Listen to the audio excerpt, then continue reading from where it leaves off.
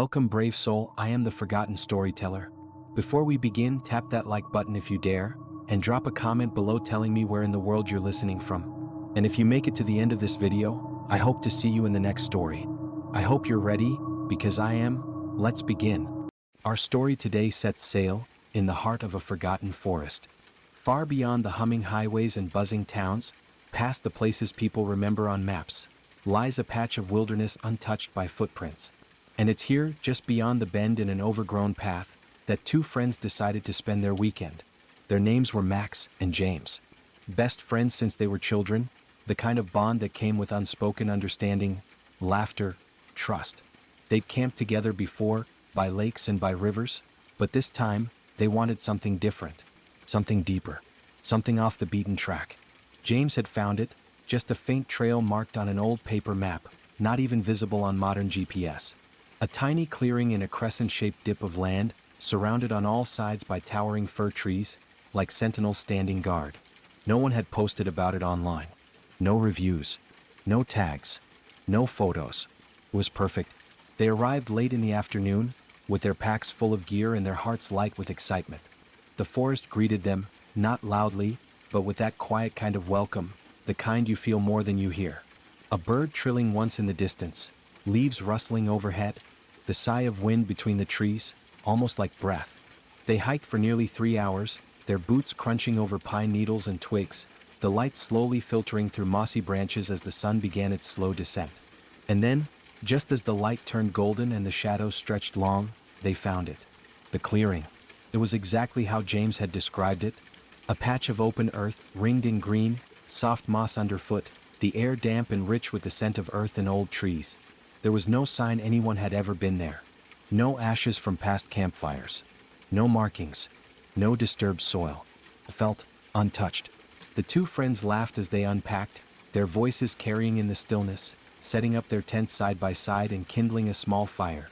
They cooked beans and sausages in a pan over the flame, shared a flask of whiskey, watched the stars blink into life, scattered above them like frost on black silk. By the time they zipped into their tents for the night, a gentle quiet had settled over the clearing. Not silence, no. The forest never stopped speaking. There were insects, the chirp of distant frogs, the creaking of high branches swaying softly. And somewhere, far off, the low hoot of an owl. Max drifted off quickly, his body tired from the hike, his belly full and warm. He slept deeply, at first, but then there was a sound. A snap. A twig broken under weight. His eyes fluttered open. At first he thought it was just part of a dream, the remnants of a shifting mind. But then he heard it again, closer this time. Crunch, rustle, crunch, footsteps. Slow and deliberate they were circling the tents. Max held his breath, straining to hear. There was no flashlight, no voice calling out, just the soft crunch of weight on leaves, circling, and then something brushed against the side of his tent. Not a paw, not a branch, something smooth and dragging, like the back of fingers tracing the fabric. He whispered James's name. No response. Another sound, this time a slow exhale, not quite human, not quite animal. Like something trying to remember how to breathe. Max stayed still, frozen. After what felt like an eternity, the sounds faded, the weight of presence lifting like mist evaporating in sunlight. He didn't sleep again that night. In the morning, he and James shared stories over lukewarm coffee. James had heard it too. Footsteps and breathing. They laughed it off nervously, maybe a deer, a curious coyote, maybe even a bear. But the laughter didn't quite reach their eyes. They spent the day exploring the nearby woods, talking loudly, throwing stones into a nearby stream, trying to forget, trying to push down the quiet dread blooming just beneath the surface. That night they built a larger fire, talked longer, tried to stay awake. But eventually, sleep crept in like ivy and wrapped around them once again.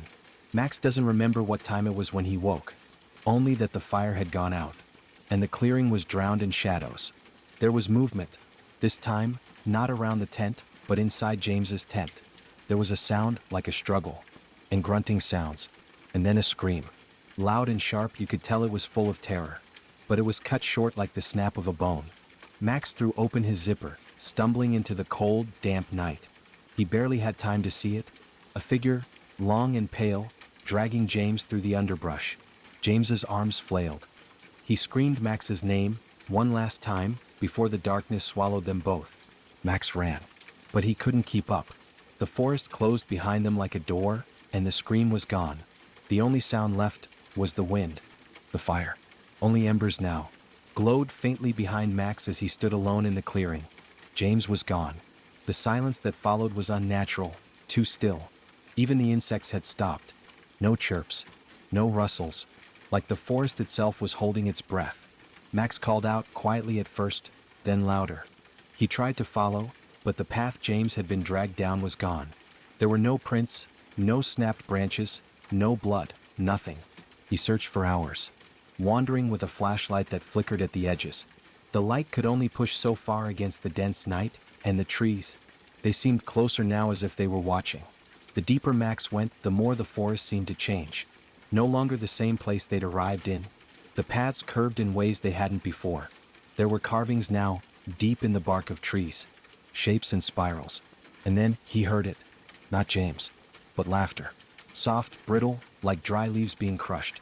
It echoed through the trees, coming from nowhere and everywhere. Max turned back, heart pounding, stumbling over rocks and roots. Back to the clearing. Back to what he thought was safety. But the clearing was different now. The tents were gone.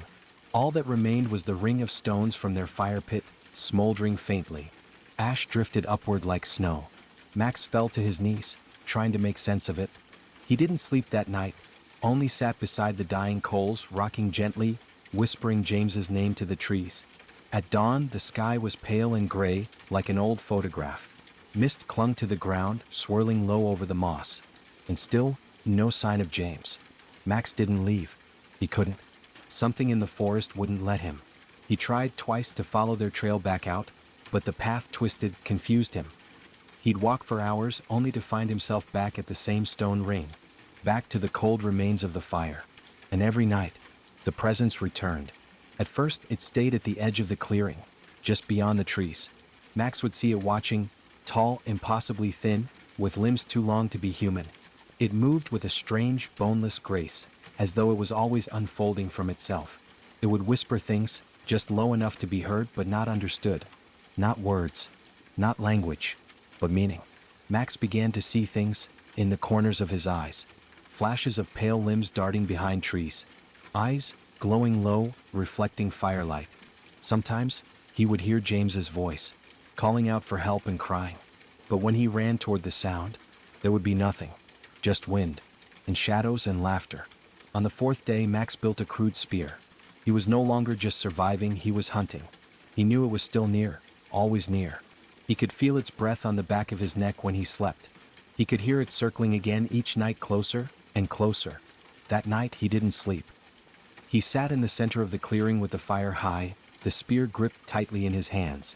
And when it came, he was ready. Or so he thought. He stepped into the firelight for the first time, no longer hiding. Its skin was grayish-white, stretched tight across its frame. It had no eyes, but still saw him. Its mouth was too wide, opening slowly, revealing rows of narrow teeth like needles. Not smiling, just waiting. Max didn't move. He whispered James's name again. And the thing, it answered, but not in words. Its body shifted and changed. It became James or something close. A cruel imitation. Too tall, too pale. But the voice was the same. Max, help me.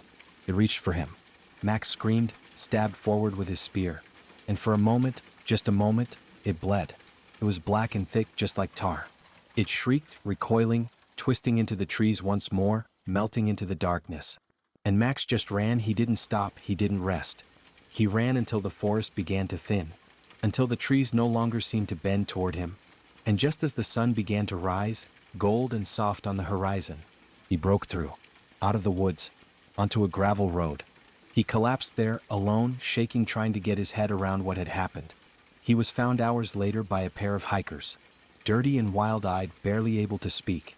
When the rangers came, they found no clearing, no tents, no signs of camping. The spot Max described didn't exist on any map, and James was never found.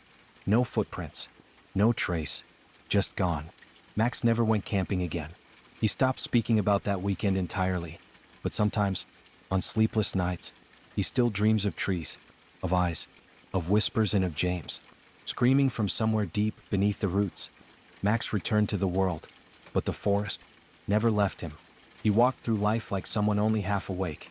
The days passed, the seasons turned, but time just felt different now, as though he had stepped out of it once, and something inside had never stepped back in. He no longer went near the woods. He avoided parks and skipped hikes. He kept the curtains closed when the wind rustled too hard at night. And when autumn came, when the smell of damp leaves returned, he wouldn't sleep at all. Years passed. People stopped asking about James. Eventually, it was easier to pretend he had never existed.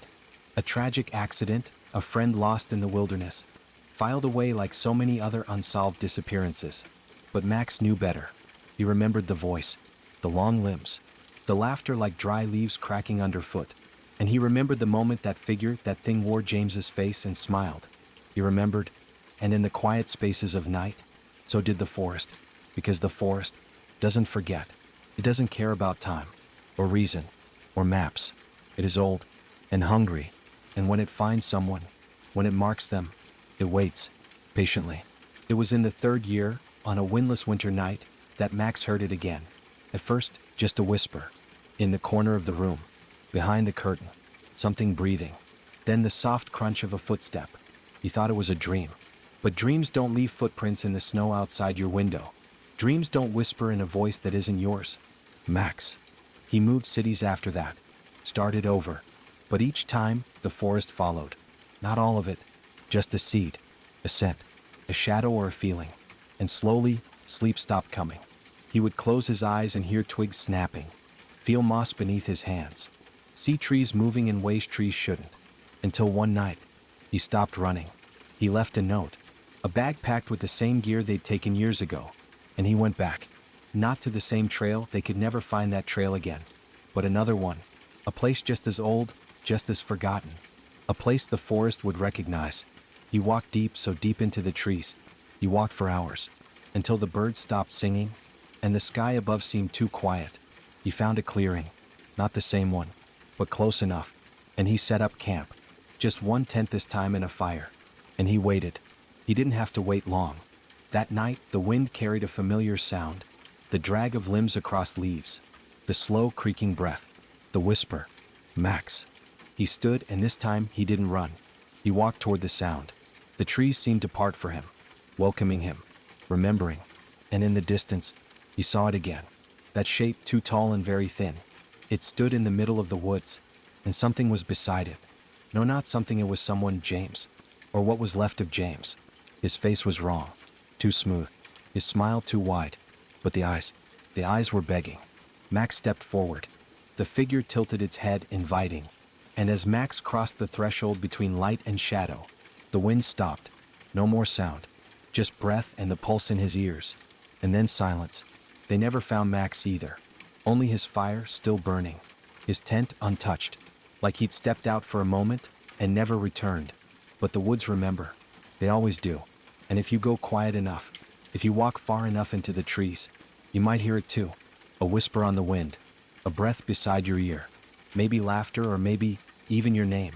Let us know in the comments, would you have gone back to the forest, or would that have been a part of your life you would never return to? Ready for spine-chilling tales that will haunt your thoughts? Subscribe to Forgotten Storyteller for eerie narrations, unsettling mysteries, and haunting stories you won't forget. Hit the bell icon so you never miss a story, because some stories refuse to stay buried. Join us, if you dare,